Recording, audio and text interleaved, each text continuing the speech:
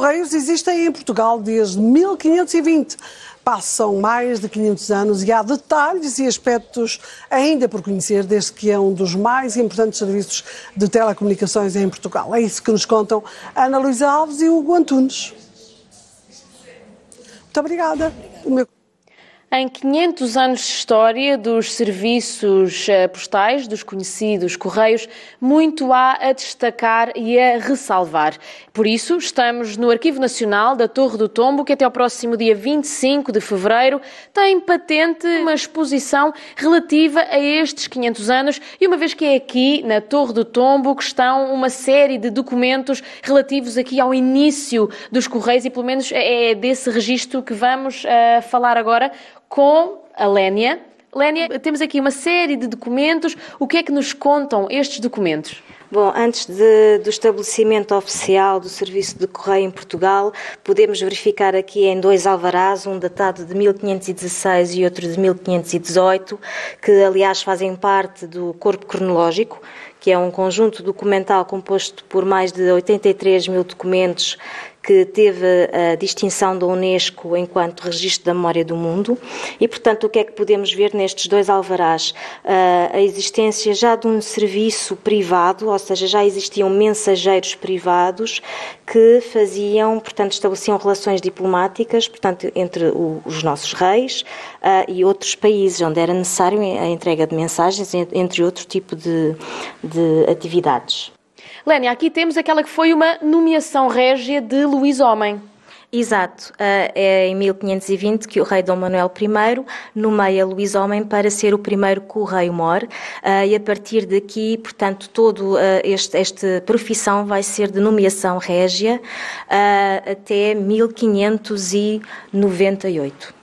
E depois desta nomeação de Luís Homem como o primeiro correio-mor do reino, esta nomeação que é feita em 1520, há aqui uma alteração em 1598, algumas décadas mais tarde, e que tiram os correios, digamos assim, ou melhor, os entregam a uma família em particular.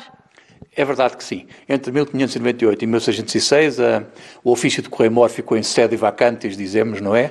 Até que em 1606 Dom Filipe II nomeou outro correio-mor de sua confiança. Esta nomeação não foi bem como a nomeação real que tinha sido feita em 1520, foi mais ter posto em asta pública o ofício, porque de facto ele precisava de dinheiro para financiar... Era uma necessidade, não é? Era uma necessidade. Precisava de dinheiro para financiar as suas campanhas na Europa e quem pagou mais foi de facto a família Mata. E até ao fim do século XVIII assim se mantém, mais ou menos. Sim, eles tiveram 200 anos quase em funções até ao reinado de Dona Maria I. Nessa altura o Estado-Governo, não é?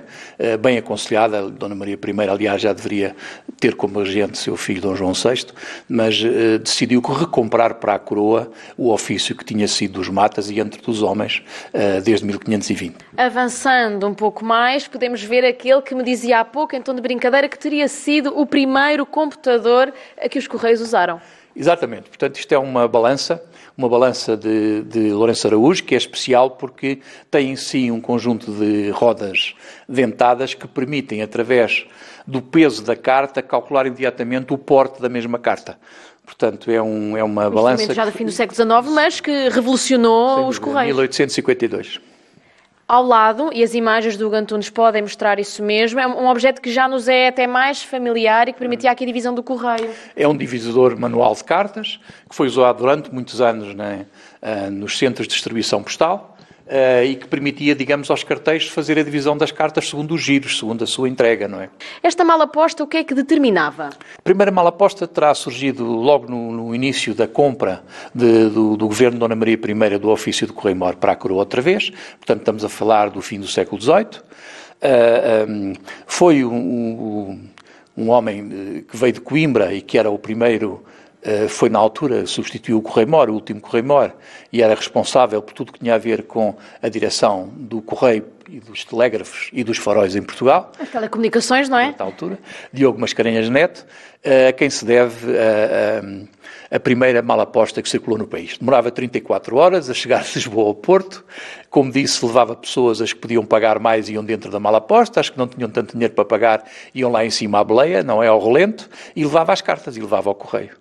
A Malaposta, durante 70 anos, prestou muito bons serviços ao país, até o advento da ambulância postal, do comboio-correio. Portanto, o comboio-correio, a partir de 1856, a primeira viagem de comboio, portanto, 20 anos depois disso, acabou por tirar o lugar à velhinha Malaposta. Muito obrigada, Dr. Raul Moreira. Nesta altura, na altura da Malaposta, surgem os primeiros selos em Portugal e que podem ser vistos aqui também atrás de mim e podem ser melhor entendidos, digamos assim, mais adiante neste Portugal em Direto, onde traremos estas e outras curiosidades destes 500 anos dos Correios. Até já!